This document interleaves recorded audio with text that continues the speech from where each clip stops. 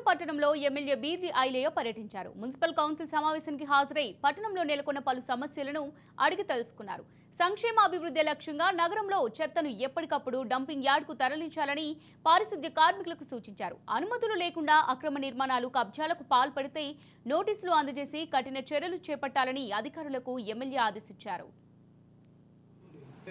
అది ఎన్ని గంటలు ఉంది, ఎంత బయట జరుగుతుందని మీకు దృష్టికి రాదు.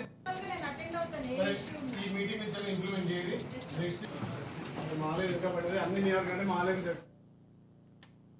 ఇప్పుడు సెంట్రల్ తోటి ఎంతో సత్సంబంధాలతోటి సెంట్రల్ నిధి కూడా ఎక్కువ తెచ్చి మన ఆలయాన్ని అభివృద్ధి చేస్తారని చెప్పి ఆశిస్తూ అన్న కొంత ఆలస్యమైన సబ్జెక్ట్ మొత్తం చెప్పింది కాబట్టి గత ప్రభుత్వాలు మనకు వచ్చే నిధులను రాబట్టలేకపోయినాయి. సెంట్రల్ నుంచి తీసుకొచ్చే నిధులు కూడా తీసుకురాక ఆసక్తం వహించాయి కాబట్టి ఇప్పుడు మీ అందరి ఆశయంతో ఇక్కడ తెలంగాణలో నిజంగా ఢిల్లీలో కూడా మనకు ప్రాతినిధ్యం ఉంది కాబట్టి అన్న సహకారంతో ఆలయం మున్సిపాలిటీని మీకున్నటువంటి 7 నెలల సమయంలో మా సాధ్యమైనంత వరకు నిధులు ఎక్కువ తెచ్చి ఆలయం పట్టణాన్ని అభివృద్ధి చేస్తామని చెప్పి మాట ఇస్తూ ఏదైతే చిన్న చిన్న సమస్యలను వాటిని ఉపకరణాలు మనం డిస్కస్ చేసినాం.